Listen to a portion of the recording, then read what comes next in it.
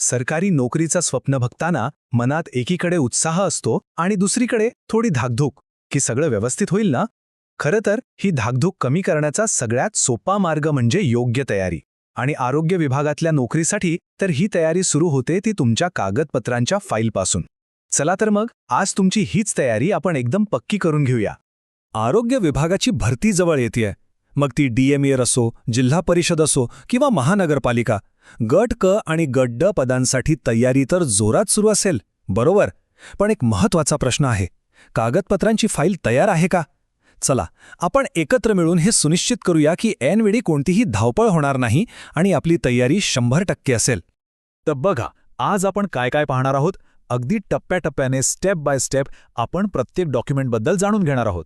कोणती कागदपत्रं लागतात, ती का महत्त्वाची आहेत आणि ती तयार ठेवण्यासाठी काय करायचं, हे सगळं सोप्या भाषेत समजून घेऊ. चला तर मग सुरुवात करूया त्या कागदपत्रांपासून जी तुमच्या अर्जाचा मूळ आधार आहेत, म्हणजे तुमच्या शैक्षणिक पात्रतेचे पुरावे.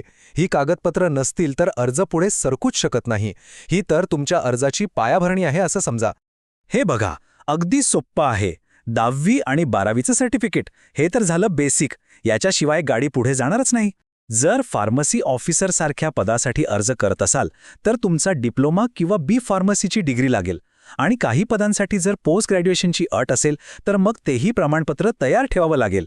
ठीक आहे, शैक्षणिक कागदपत्र तर झाली. आता वळूया पुढच्या महत्त्वाच्या टप्प्याकडे, म्हणजे तुमची ओळख सिद्ध करणारी कागदपत्र.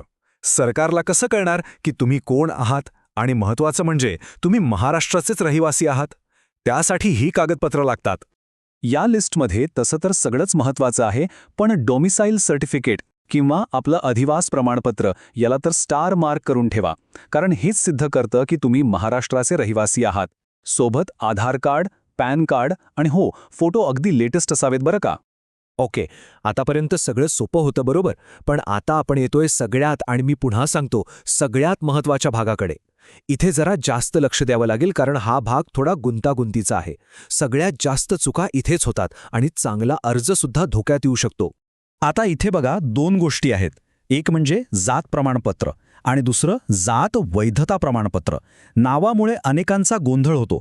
सोप्या भाषेत सांगायचं तर जात प्रमाणपत्र सांगतं की तुम्ही त्या विशिष्ट प्रवर्गात मोडता, आणि जात वैधता प्रमाणपत्र हे तपासतं की तुमचं ते पहिलं सर्टिफिकेट खरं आहे की नाही. एक गोष्ट लक्षात ठेवा, ही जोडी आहे, एकट्या दुकट्याचं काम नाही. आरक्षणाचा लाभ घेण्यासाठी ही दोन्ही प्रमाणपत्र लागतीलच. एक जरी कमी असेल तर अर्ज थेट रिजेक्ट होऊ शकतो. आता पुढचा शब्द नॉन क्रीमी लेअर किंवा NCL प्रमाणपत्र. हे काय आहे नक्की? तर हे सर्टिफिकेट हे सिद्ध करतं की उमेदवार त्याच्या प्रवर्गातील आर्थिकदृष्ट्या प्रगत गटामध्ये येत नाही, आणि म्हणूनच तो आरक्षणासाठी पात्र आहे. जे उमेदवार आरक्षणाअंतर्गत अर्ज करतात त्यांच्यासाठी हे अत्यंत महत्त्वाचं डॉक्युमेंट आहे. आणि इथेच सगळ्यात मोठा धोका आहे. या सर्टिफिकेटला असते एक एक्सपायरी डेट. कितीतरी चांगले अर्ज फक्त याच एका चुकीमुळे बाद होतात. विचार करा, सगळी मेहनत वाया जाते. त्यामुळे सगळ्यात महत्त्वाचं काम, अर्ज प्रक्रिया सुरू होण्याआधीच आपलं सर्टिफिकेट व्हॅलिड आहे की नाही हे तपासा. मग करायचे काय? अगदी 4.5 पायऱ्या आहेत, पण त्या पाळल्या नाहीत तर खूप मोठी धावपळ होऊ शकते. आपल्या नॉन क्रीमी लेअर किंवा इतर तांत्रिक प्रमाणपत्रांची एक्सपायरी डेट आजच तपासा, आणि जर ती जवळ आली असेल तर अजिबात वेळ न घालवता नूतनीकरणाची प्रक्रिया सुरू करा.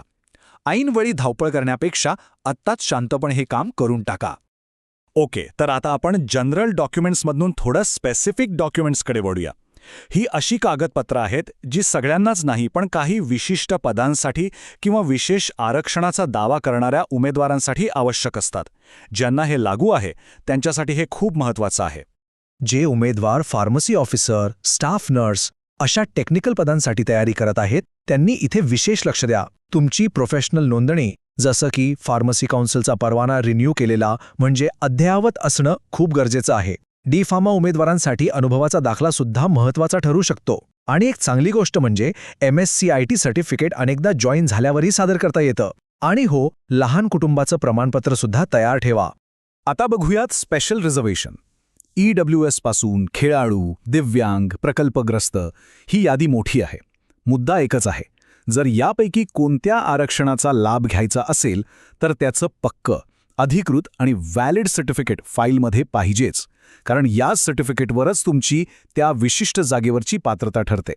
वाह, बरीच माहिती झाली नाही का? पण थांबा, सगळं लक्षात कसं ठेवणार? काळजी नको, तुमच्यासाठीच ही फायनल चेकलिस्ट तयार केली आहे. समजा हा आपला मास्टर प्लॅन आहे. या एकाच ठिकाणी तुम्हाला सगळं काही पुन्हा तपासता येईल. चला, एक शेवटची नजर टाकूया. शैक्षणिक चेक, ओळख चेक, प्रवर्ग, इथे जात प्रमाणपत्र आणि जात वैधता दोन्ही डबल चेक. आणि तो सगळ्यात महत्त्वाचा मुद्दा, नॉन क्रीमी लेअरची व्हॅलिडिटी, हे तर आजच तपासा. तसंच तुमची तांत्रिक नोंदणीसुद्धा अपडेटेड आहे का हे बघून घ्या. हीच ती वेळ आहे जेव्हा तुमची फाईल 100% तयार होऊ शकते. तर ही होती आपली संपूर्ण चेकलिस्ट.